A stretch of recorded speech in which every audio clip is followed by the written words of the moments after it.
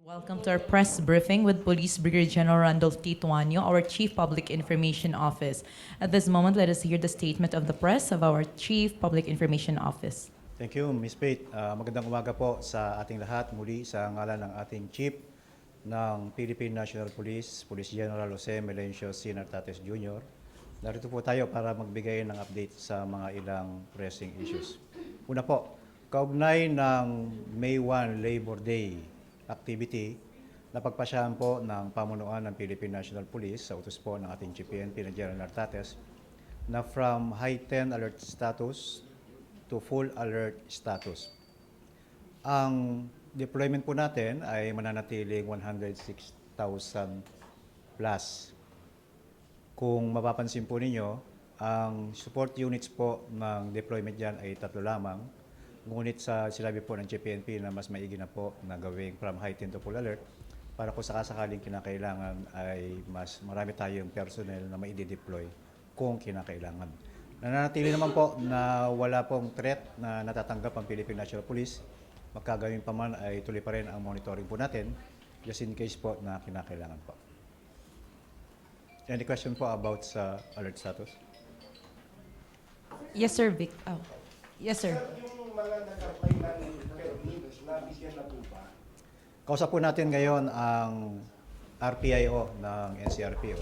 Bine-verify pa po nila hanggang sa ngayon sapagkat sinasabi po nila na wala pa pong opisyal na natatanggap ang NCRPO. Magkaganon pa man, ang pagpapalagay po kasi po natin kapag sila po ay nag-apply ng permit at hindi inaksyonan ng local government unit sa loob ng 3 araw, ito ay deemed considered approved.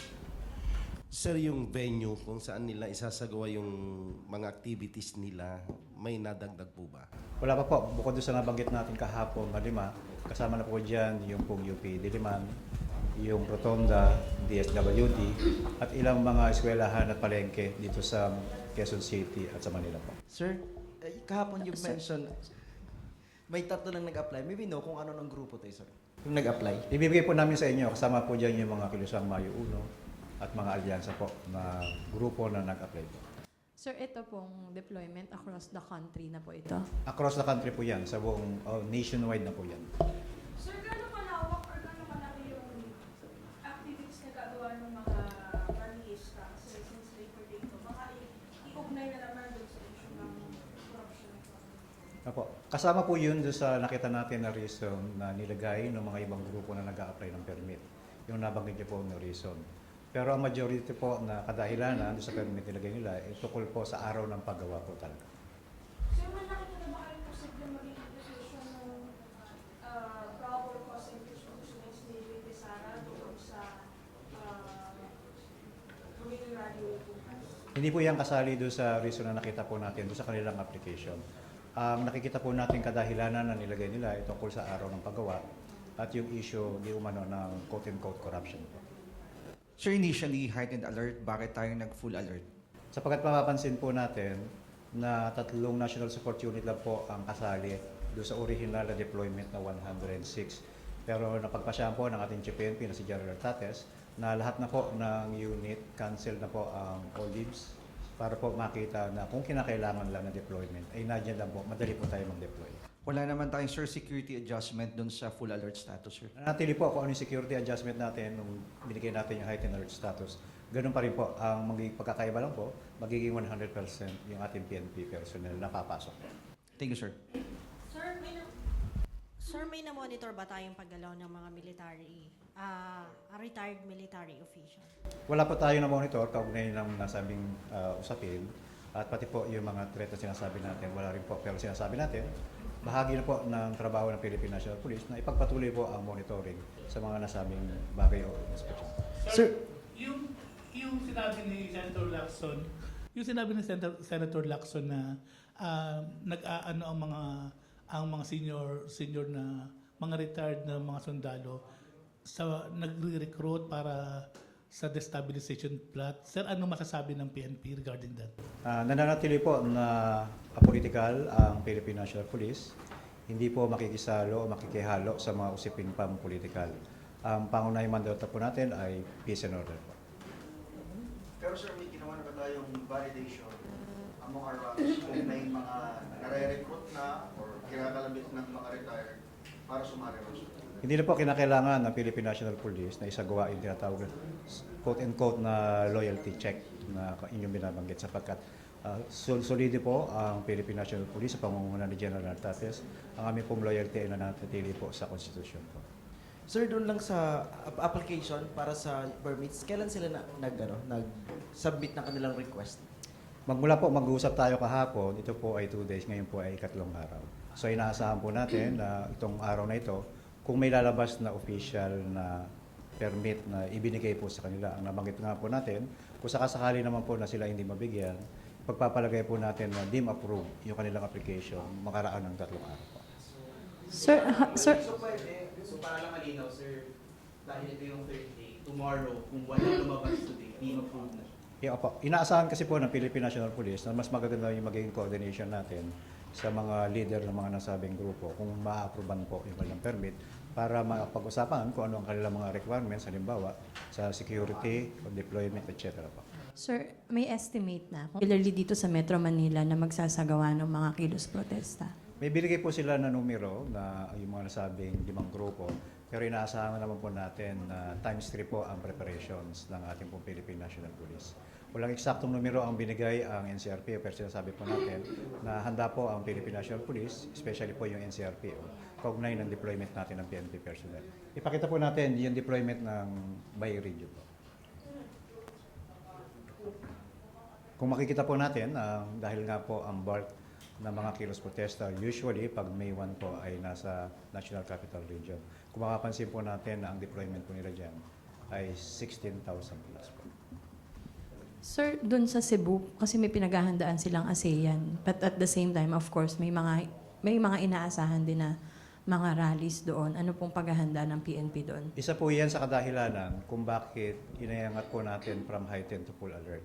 Sinasabi po nito, ang full alert po ay magtatapos ng 12:01 midnight ng May 2. Pero mananatili po ang full alert status ng Police Regional Office 7 hanggat hindi natatapos yung ASEAN activities po doon. Any other questions po? Sir, pero hindi naman po tayo nagdagdag ng personnel natin kahit nag-full alert status. Kasi kahapon po 106 heightened na po yun. Ako, ang sinasabi po natin na 106, ito po yung mga madi-deploy o deployable natin na PNP personnel. All other units po ay naka-standby sa kanya-kanya pong sariling unit po o opisina. Thank you, ma'am. Any other questions po? There's none, sir. Kaugnay naman po ng palasahan o reshuffle sa ating mga senior officers. Ito po ay para sa kanilang mga personal growth and improvement. Ang nag-trigger po dito ay ang retirement ng ating outgoing na Director ng Personnel and Records Management na si General Chinayo. Kung makikita po natin, magmula po sa Pro2 si General Maralag, siya po ang outgoing na Regional Director at ang incoming naman po ay si Police General Mariano Rodriguez. Para naman po sa Directorate for Research and Development, ang retiring po ay si Police General Kirby Craft, napapalitan naman po ng dating RD ng Pro2 na si General Maralag. At para naman sa Headquarters Support Service, ang outgoing ay si General Christopher Abesia, ang papalit naman po sa kanya ay si Police General Manuel Abrojena. At para naman sa Police Regional Office Bar, ang outgoing ay si Police General Jason C. de Guzman at ang papalit naman po sa kanya ay si General Abesia. At sa DPRM, ang outgoing o retiring na si General Chinayo, ang papalit naman po ay si General Jason C. de Guzman. Any question po? Any questions po, sir, ma'am? Sir, na-apply pa natin. Wala tayong magandang ikonan. Maraming mga Ito po ay magiging continuing activity ng Philippine National Police for the year 2026. Sa kadahilanan po, marami tayong mga officials na magre-retire. Sa darating lang po na buwan ng Mayo is marami na po magre-retire. At sunod-sunod na po yan. Yan po ang magti-trigger ng mga movements na nakikita po natin sa Philippine National Police po. Any other questions po? Panghuling, last-last na tayo po. Paki-flash yung state, yung OS muna. PS niya. Kaugnay naman po na nabalita ng relief na 11 personnel ng Police Regional Office 1 naglabas po ng official statement ang Regional Director na Police Regional Office 1 na si Police General Dindo Reyes kaugnay ng nasabing relief. Ipakita natin yung kaugnay po nito, may 11 po na personnel, particularly po sa Pangasinan Police Provincial Office, ang naapektuhan ng nasabing relief. Any question po? Sir, bakit sila tinanggal? Ano ang naging participation nila? Dahil ba silang naging participation doon sa mga individual campaign? Ang pagkaka-relieve po ng 11 individual at pagkaka-reassign nila effective April 27, 2026 sa Personnel Holding Admin Unit ng DPRM. Ito po yan sa National Headquarters. Ito po ay may kinalaman sa kautusan ng ating Chief PNP na si General Nartates sa lahat ng commanders, particularly po sa Police Regional Offices, ito po yung mga regional directors natin, na magkaroon ng admin and operational review ng accomplishment po ng ating mga Chief of Police, kasama rin po yung mga provincial directors. Kung mapapansin po ninyo, sa Police Regional Office 4A, nagkaroon na po ng relief ng 3 station commanders o Chief of Police sa bayan po ng Laguna. Any more questions po? Sir, may kinalaman ba yung cartel operation? Ulitin ko po, ang nag-trigger po sa pagkaka-relief ng mga nasabing opisyal ay yung instruction po ni Chief PNP na si General Nartates para po sa mga regional directors na i-assess po yung operational and administrative accomplishment ng mga nasabing bayan. Ang NBI raids po na nabanggit po nyo, ito po ay isa lamang sa kadahilanan na magpapatunay na may kakulangan yung ating mga opisyal po roon. Ulitin ko po na ito po ay hindi lamang nagsimula doon po sa Police Regional Office 1 sa Pangasinan Police Provincial Office. Ito po ay nagsimula noong nakarang linggo pa po sa Police Regional Office 4A. Sir, matapos silang maalis sa pwesto, meron ba silang kakaharaping kaso o reklamo? Iimbestigahan po ba sila? Meron po, ang sinasabi po ng RD na ang kanila pong admin case ay hahawakan na dito sa National Headquarters sapagkat ang kanilang unit na ay PHAW DPRM na po. Sir, Yes, sir. yung relief dahil sa mga performance nila, connected ba doon sa Safer Cities program ng PNP nila? Kasama po ito. Ang sinasabi nga po natin na yung review sa operational and administrative requirements, accomplishment ng mga nasabing bayan, ito po ay lahat na po. Kasama na po dyan yung kanilang accomplishment sa Safer Cities. Kasama rin po yung kanilang accomplishment sa mga non-index crime, katulad ng mga anti-illegal gambling, sa loose firearms, sa smuggling, at yung pagbababa po na kanilang tinatawag natin ng 8 focus crimes. Any more Yung po? fight against illegal gambling, gano'ng malaking factor yun na i-consider paano ma-relieve? Po, ang consideration po dyan, sabi po ni Chief PNP, particular pag-usapan po natin yun sa Pangasinan Police Provincial Office, sapagkat sinasabi niya na tignan natin yung resulta ng accomplishment ng mga nasabing individual na apektado. Base po sa investigasyon na binigay po ng ating pong RD na si General Reyes kay Chief PNP, na hindi po sila talaga totally zero, ngunit sila po ay nagkulang doon sa mga operational target nila kaugnay po ng nasabi usapin po. Ano po ba dapat nilang ma-accomplish? Kaugnay po ng target. Ang isa po sa sinasabi natin na kung halimbawa ikaw ay may huli, halimbawa ikaw ay may isa o dalawa sa loob ng isang buwan, ngunit kapag nag-counter ang National Headquarters, halimbawa ang CIDG, o nag-counter ang ibang mga counterparts agencies natin like NBI at mahulihan ka ng more than doon sa nire-report mo, base doon sa accomplishment mo, yun yung magpapakita na hindi tayo nagtatali sa truthfulness ng ating reporting at doon sa actual na nangyayari sa bayan. Malaking factor ba na ang NBI nag-operate, may nahuli sila? Alam po ninyo, tayo po ay partner agencies sa mga nasabing agencies.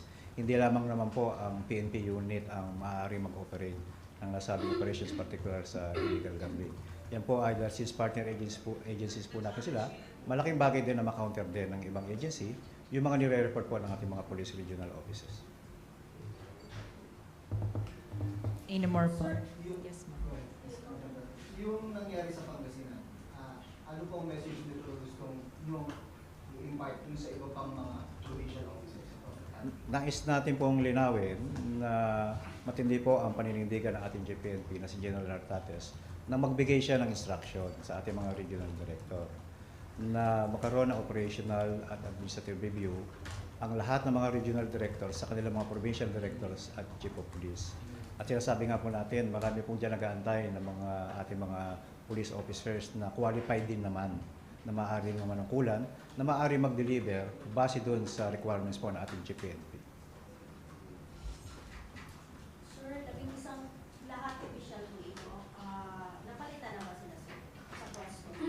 Opo, agad po sila napalitan ng mga acting po ng mga personnel. Kung mapapansin po natin sa labing isang opisyal ng Pangasinan Police Office, isa po dyan yung number 1, yung provincial director, 8 po dyan yung chief of police, at yung kanilang provincial intelligence chief, at yung regional na intelligence chief po nila. Lahat po yan ay mga napalitan na po nila. Sapagkat sabi nga po natin, wala naman po nagmumonopolya ng talento sa Philippine National Police na hindi maaaring lagyan kapag napalitan o naalis ang isang miyembro ng PNP sa kanyang particular na pwesto.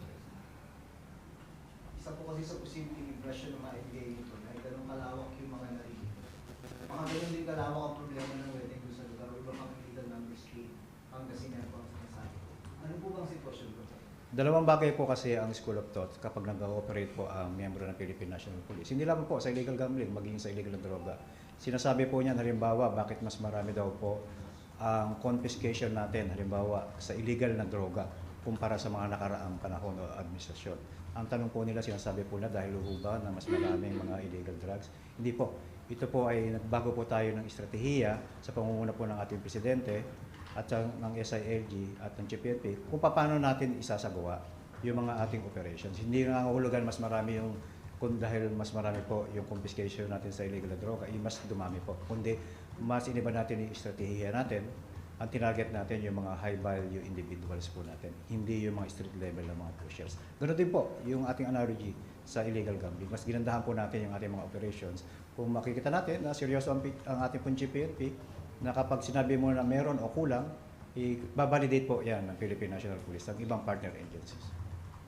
Sir, following this recent discovery dyan sa Pangasinan na medyo may lapses na, meron bang bagong order si Chief to review yung performances ng mga RDs, lalo-lalo na against betting or illegal gambling? Apo, ang review po sa mismong performance ng mga regional directors, yan po ay manggagaling naman dito sa national headquarters. At ang kautusan ng GPNP para sa mga regional directors, i-review yung performance naman ng kanilang mga provincial directors at ng mga chief of police. Makikita po natin dyan na binabalidate ng national headquarters at ng regional headquarters yung performances ng mga personnel po natin para sa nasabi ko nga, base doon sa kanyang focus agenda na ilagay natin yung mga tamang individual as part ng ating resources doon sa mga dapat na pwesto. Any questions?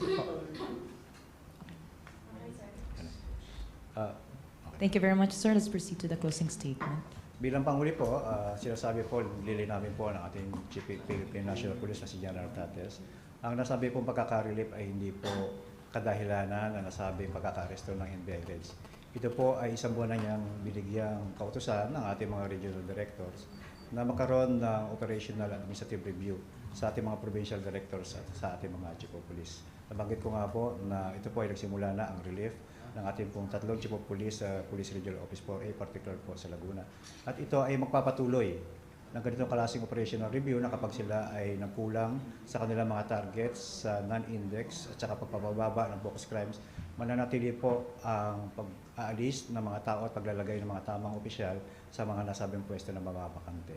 Muli po, sa ngalan ng ating GPNP, Police General Jose Melencio C. Nartates Jr., maraming salamat po sa inyong oras ngayon. Thank you very much, sir. And that concludes our press briefing. Once again, good morning.